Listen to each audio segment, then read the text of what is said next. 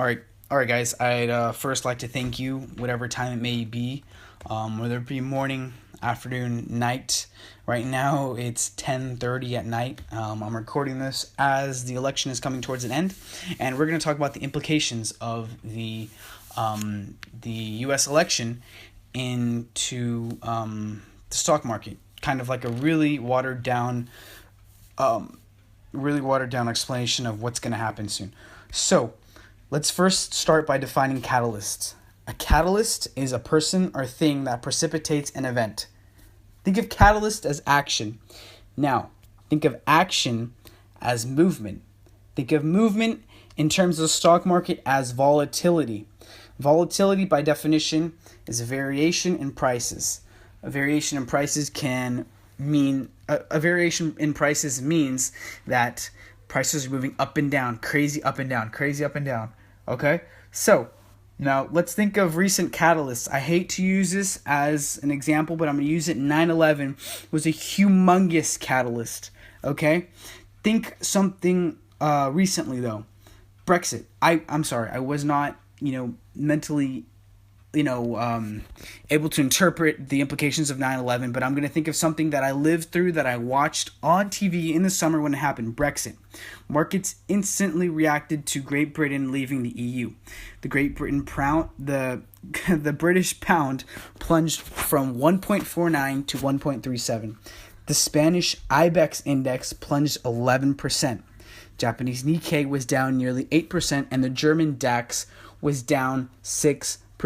These are crazy double-digit percent drops. I don't even have the S&P 500 drop because I couldn't find it in time to record this video. Okay? But I'll put that in a second. All right. Let's think about this. Brexit. Great Britain. That's a European event.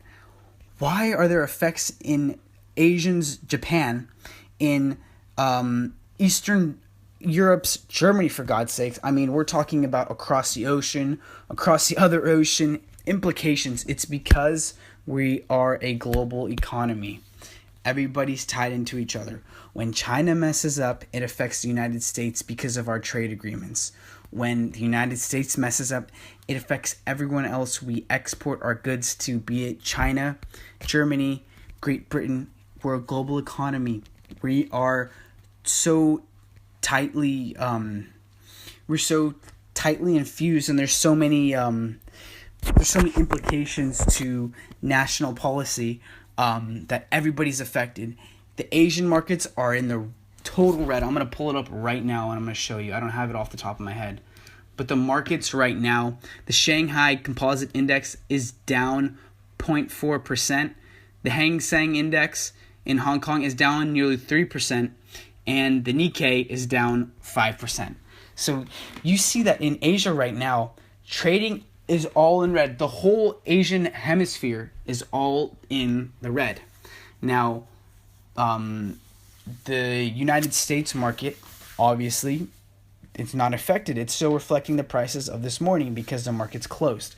Now, let's think about this. We remember what catalyst means, and remember that catalyst means an action which equals movement, which equals volatility. Volatility means prices are going up and down in either an uptrend or a downtrend.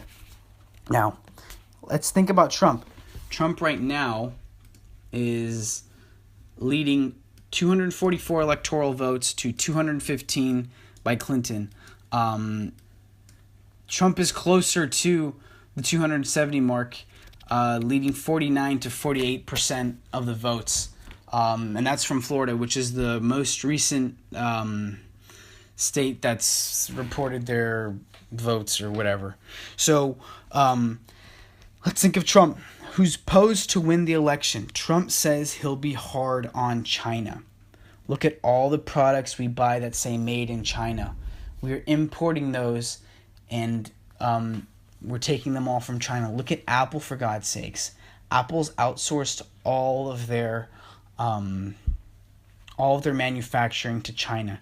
Now, if Trump says he's going to be hard on China and place tariffs on China, etc., whatever he says he's going to do, that's going to raise production costs of American companies who are outsourcing to China, which I don't have figures on that because I've rushed to do this, but it's a whole lot.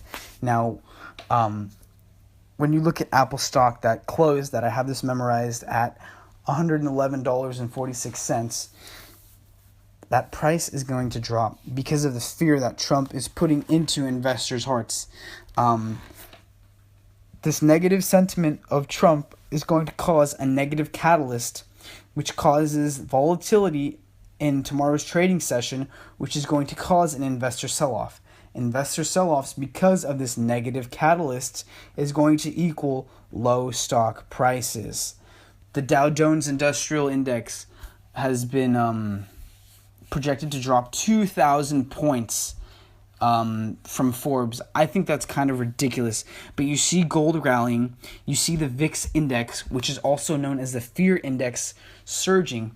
It's no surprise. This happened in Brexit. This happened.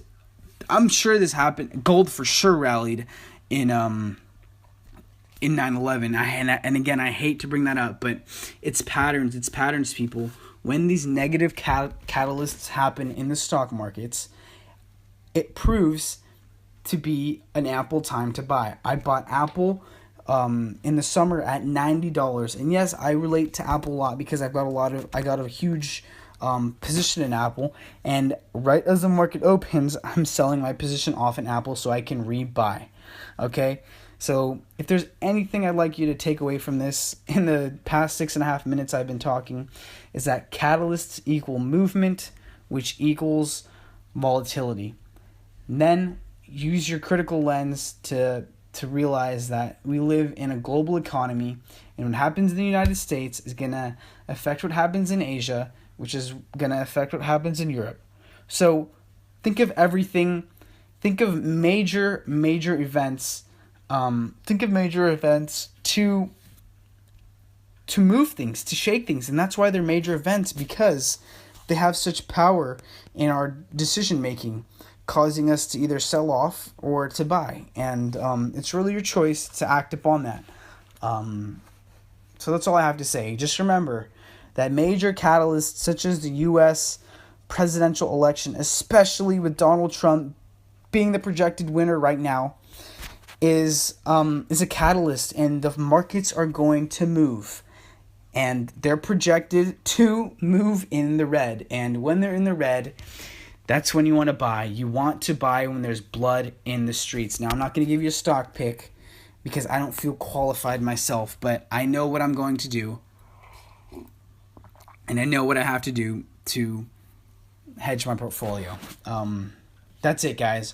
Volatility equals movement, which equals ample opportunities. That's all I got to say to you guys. Have a good night, and happy hunting.